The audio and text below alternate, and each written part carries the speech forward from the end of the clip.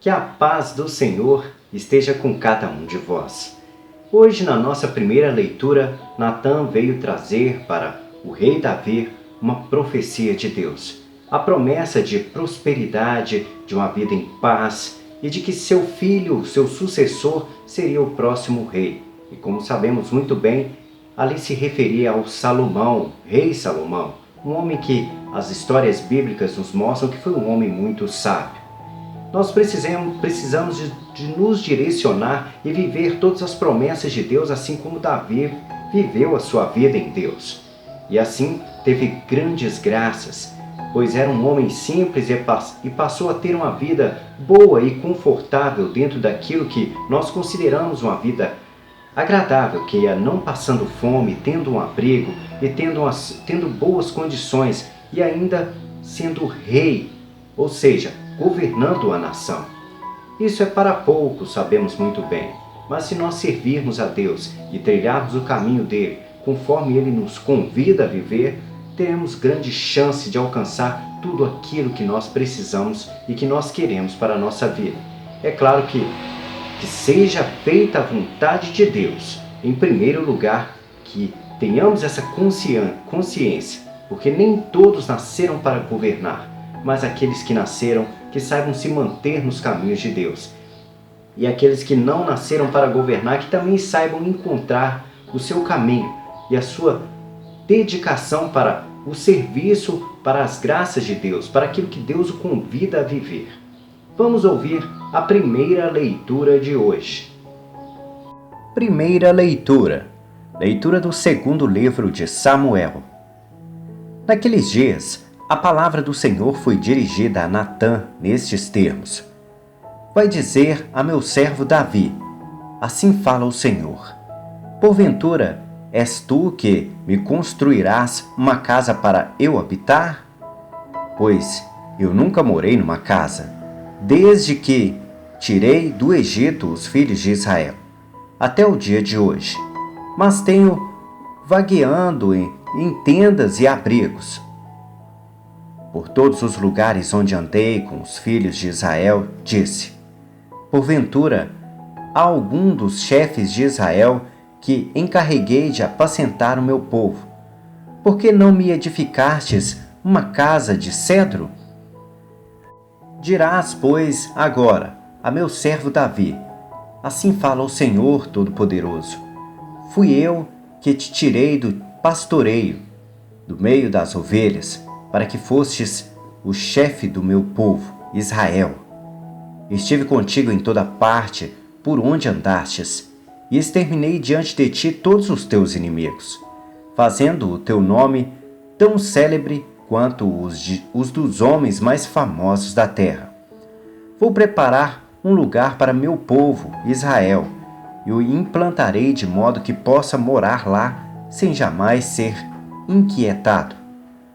Os homens violentos não tornarão a oprimi-lo, como outrora, no tempo em que eu estabelecia juízes sobre o meu povo Israel. Concedo-te uma vida tranquila, livrando-te de todos os teus inimigos, e o Senhor te anuncia que te fará uma casa. Quando chegar o fim dos teus dias e repousares com os teus pais, então suscitarei depois de ti um filho teu e confirmarei para sempre a sua realeza. Será ele que construirá uma casa para o meu nome, e eu firmarei para sempre o seu trono real. Eu serei para ele um pai e ele será para mim um filho. Se ele proceder mal, eu o castigarei com vara de homens e com golpes dos filhos dos homens. Mas não retirarei dele a minha graça, como a retirei de Saul, a quem expulsei da minha presença. Tua casa e teu reino serão estáveis para sempre diante de mim, e teu trono será firme para sempre. Natan comunicou a Davi todas essas palavras e toda essa revelação. Palavra do Senhor. Graças a Deus. Guardarei eternamente para ele a minha graça. Esse é o refrão do nosso salmo responsorial de hoje. Quando nós falamos guardar eternamente, isso significa que nós manteremos-nos nos caminhos de Deus durante esse plano terrestre, que é uma vida limitada. Que mantendo essa vida dentro dos caminhos de Deus, que quando nós viermos a morrer fisicamente, quando a nossa carne perecer, que o nosso espírito ainda continue adorando a Deus, que continue estando nos caminhos de Deus e assim recebendo o resgate que Jesus nos prometeu a receber. É claro que o nosso salmo fala de uma história do rei Davi, que era um homem que se manteve nos caminhos de Deus e recebeu todas as graças em suas gerações através do seu filho Salomão, que recebeu todas as graças ao se dedicar a Deus conforme ele o convidou a viver. Nós também receberemos todas as graças de Deus se nós nos mantermos nos caminhos dele, se mantermos corretos, com o coração dentro daquilo que somos convidados a viver, que são os mandamentos de Deus. Viva os mandamentos de Deus e receba dele todas as graças necessárias para que você possa se sustentar nas suas preocupações e nas suas tristezas. Assim, Deus te socorrerá com a sua graça e você poderá viver as grandes maravilhas que Deus tem para cada um de nós. Vamos ouvir o Salmo Responsorial de hoje. Salmo Responsorial. Guardarei eternamente para ele a minha graça. Eu firmei uma aliança com meu servo, meu eleito, e eu fiz um juramento a Davi, meu servidor. Para sempre no teu trono firmarei tua linhagem de geração em geração, garantirei o teu reinado. Guardarei eternamente para ele a minha graça. Ele então me invocará: ó Senhor, vós sois meu Pai, sois meu Deus, sois meu rochedo onde encontro a salvação. E por isso farei dele o meu filho primogênito. Sobre os reis de toda a terra farei dele o Rei Altíssimo. Guardarei eternamente para ele a minha graça. Guardarei eternamente para ele a minha graça, e com ele firmarei minha aliança indissolúvel. Pelos séculos sem fim, conservarei sua descendência, e o seu trono, tanto tempo quanto os céus, há de durar. Guardarei eternamente para ele a minha graça. O nosso evangelho de hoje vem nos falar sobre a parábola do semeador. E conhecemos muito bem a parábola do semeador, onde as sementes são espalhadas ou caem. Elas caem em certos terrenos e não nascem e não dão bons frutos. Acabam morrendo e se sufocando. E outras acabam tendo o sucesso de conseguir aflorar e assim ter bons frutos. Sabemos bem que isso é muito comum na nossa sociedade de hoje. Às vezes a palavra de Deus chega a alguém que possui algum vício, um exemplo, algum alcoólatra. Essa palavra chega a essa pessoa e ela pode muito bem escolher qual a medida que ela tomará com ela. Quando a pessoa é convidada a receber a Jesus, ela pode muito bem negá-la, simplesmente negá-la, porque já está dominado pelo seu vício, não quer abandonar o uso e o consumo de bebidas alcoólicas porque já está dominado pelo pecado. Mas existem aqueles que decidem aceitar e assumir a palavra de Deus para a sua vida. E assim, decidem não mais ir aos bares e botecos da vida para poderem consumir essa bebida alcoólica. E assim, entram à igreja e começam a participar. Porém, percebem que aquilo não é uma realidade que eles gostariam de viver, porque estão também consumidos pelo uso da bebida e querem voltar a beber novamente. Às vezes influenciado pelos amigos, às vezes influenciado pelo próprio desejo, às vezes influenciado pelas condições financeiras que tem, porque às vezes ele tem dinheiro para poder beber e quer beber, e está dentro da igreja e está bebendo, quer fazer as duas coisas ao mesmo tempo. E para Deus não existe meio termo, ou você está com ele ou não está com ele. E existem aqueles que decidem abandonar o vício, entrarem na casa do Senhor e realmente afastarem-se do vício. Ficam dentro da igreja firmes e fortes.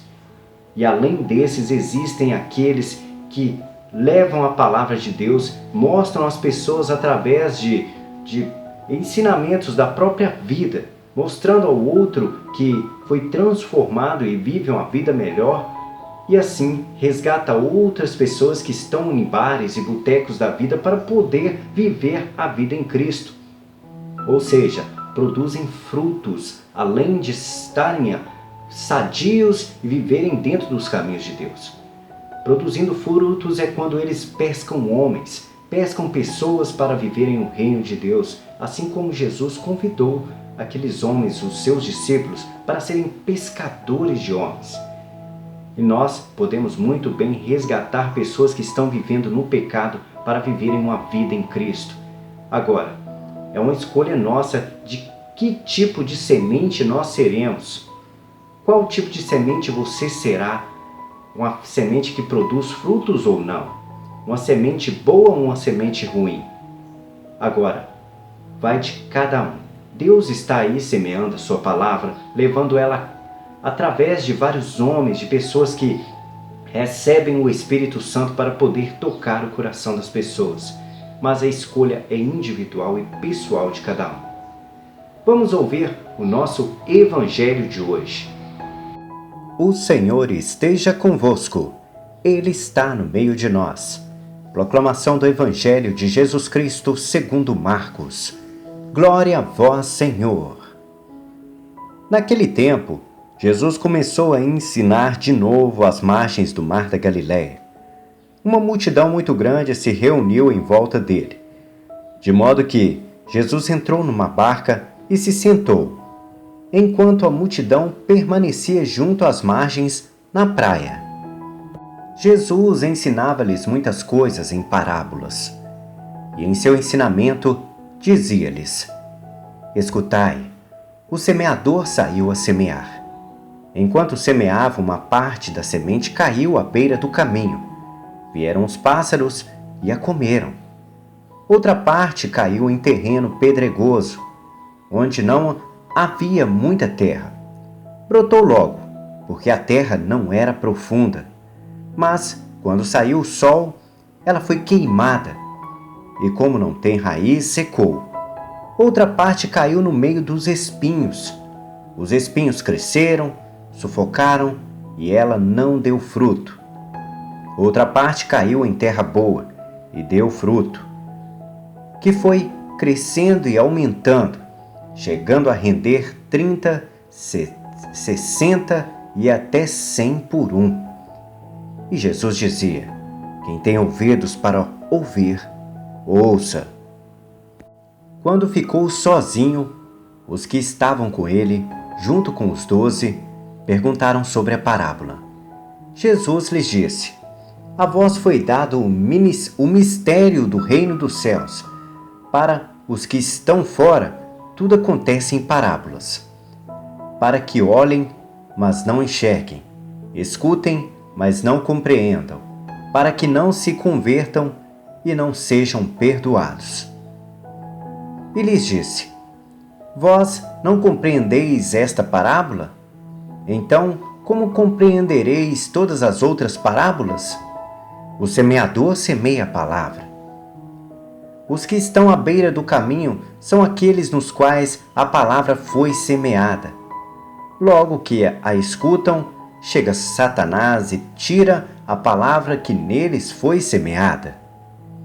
Do mesmo modo, os que recebem a semente em terreno pedregoso são aqueles que ouvem a palavra e logo a recebem com alegria, mas não têm raiz em si mesmos, são inconstantes. Quando chega uma tribulação ou perseguição por causa da palavra, logo desistem. Outros recebem a semente entre os espinhos. São aqueles que ouvem a palavra, mas quando surgem as preocupações do mundo, a ilusão da riqueza e todos os outros desejos, sufocam a palavra e ela não produz fruto. Por isso, aqueles que recebem a semente em terreno bom são os que ouvem a palavra, a recebem e dão fruto. Um dá 30, outro 60 e outro 100 por um. Palavra da salvação. Glória a vós, Senhor.